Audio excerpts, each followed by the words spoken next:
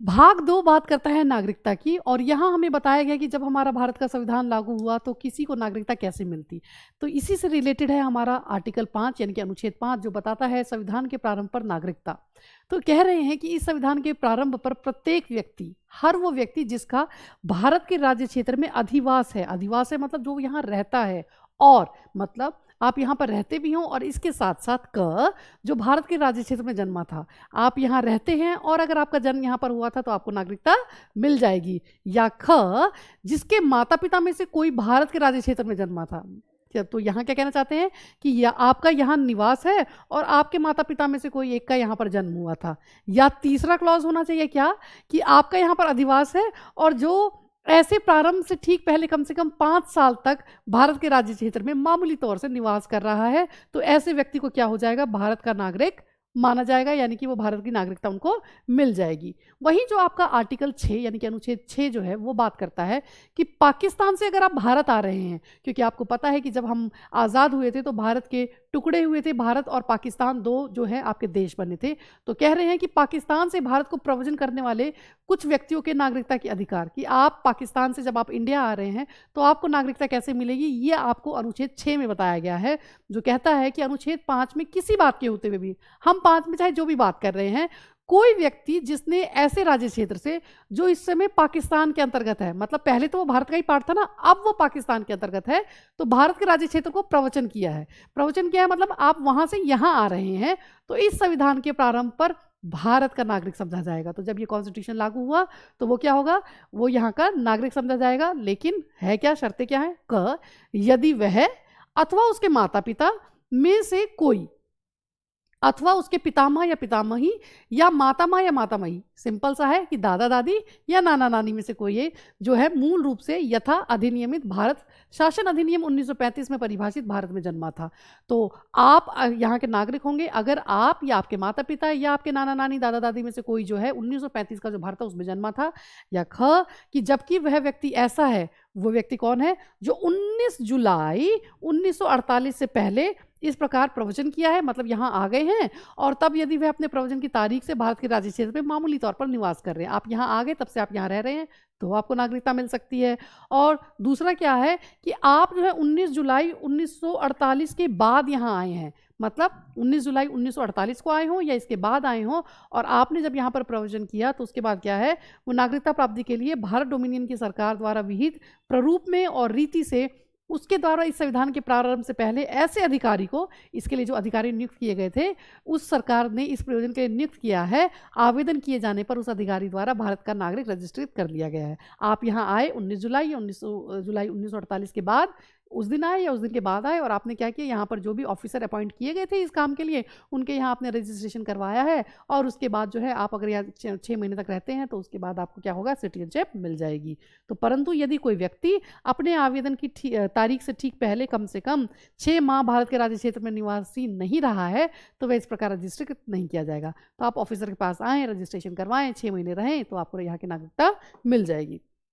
वही जो 7th है वो कहता है कि आपको पता है कि इंडिया से भी बहुत से लोग पाकिस्तान गए थे, तो उनकी नागरिकता फिर खत्म होगी ना, वो भारत के नागरिक तो नहीं होंगे, फिर तो वो पाकिस्तान के नागरिक हो जाएंगे। तो इसी से के लिए इन्होंने कहा है कि पाकिस्तान को प्रव्रजन करने वाले कुछ व्यक्तियों की नागरिकता के अधिकार, कि उनके नागरिकता के क्या अधिकार है। सबसे पहली बात कि 1 मार्च 1947 का टाइम है, उससे पहले आप क्या करो, यहाँ से चले जाओ, तो आप वहाँ यहाँ के नागरिक नहीं रहेंगे, आप पाकिस्तान के नागरिक हो जाएंगे। लेकिन मान लीजिए कि कुछ लोग वहाँ गए और वहाँ जाके उनको नहीं अच्छा लगा, उनको नहीं लगा कि यहाँ हम रह सकते हैं, उनको अपना भारत ही बहुत अच्छा लगा और वो भारत को वापस आए, तो क्या होगा। तो सिंपल सी बात है कि जैसे हमने यहाँ पर कहा था ना आपके 6th आर्टिकल में कि 19 जुलाई 1948 के बाद जो लोग यहाँ आए हैं उनको यहाँ पर अपना रजिस्ट्रेशन करवाना होगा, 6 महीने रहना होगा, उसके बाद नागरिकता मिलेगी, तो वही प्रोविजन उनके ऊपर भी अप्लाई होता है जो कि पाकिस्तान जाके फिर वापस आ गए हैं, कि वो वापस आएंगे, अपना नाम रजिस्टर करवाएंगे, 6 महीने रहेंगे, उनको नागरिकता मिल जाएगी। तो यही है आपका आर्टिकल 7। तो देख लेते हैं एक बार कि आपका जो संविधान है वो क्या कहता है। तो वो कहता है अनुच्छेद 5 और अनुच्छेद 6 में किसी बात के होते हुए भी कोई व्यक्ति जिसने 1 मार्च 1947 के पश्चात भारत के राज्य क्षेत्र से ऐसे राज्य क्षेत्र को जो इस समय पाकिस्तान के अंतर्गत है प्रव्रजन किया है, भारत का नागरिक नहीं समझा जाएगा। मतलब आप वहां चलेंगे तब आप वहां के नागरिक होंगे, परंतु इस अनुच्छेद की कोई बात ऐसे व्यक्ति को लागू नहीं होगी जो ऐसे राज्य क्षेत्र को जो इस समय पाकिस्तान के अंतर्गत है प्रोविजन करने के पश्चात भारत के राज्य क्षेत्र को ऐसी अनुज्ञा के अधीन लौट आया है जो पुनर्वास के लिए या स्थायी रूप से लौटने के लिए किसी विधि के प्राधिकार द्वारा या उसके अधीन दी गई प्रत्येक ऐसे व्यक्ति के बारे में अनुच्छेद 6 के खंड ख के प्रयोजनों के लिए यह समझा जाएगा कि उसने भारत के राज्य क्षेत्र को 19 जुलाई 1948 के पश्चात प्रोविजन किया है। ठीक है, तो आपके ऊपर क्या चीज़ें अप्लाई होंगी, जैसे कि 19 जुलाई 1948 के बाद जो लोग आ रहे थे, तो अगर आप वहाँ गए, वापस आए और आप परमानेंट पैटर्न जो है वो लेके आ रहे हैं, परमिट लेके आ रहे हैं कि अब आप यहीं रहेंगे, तो आपको रजिस्ट्रेशन करवाना है और 6 महीने रहना है, आपको यहाँ की नागरिकता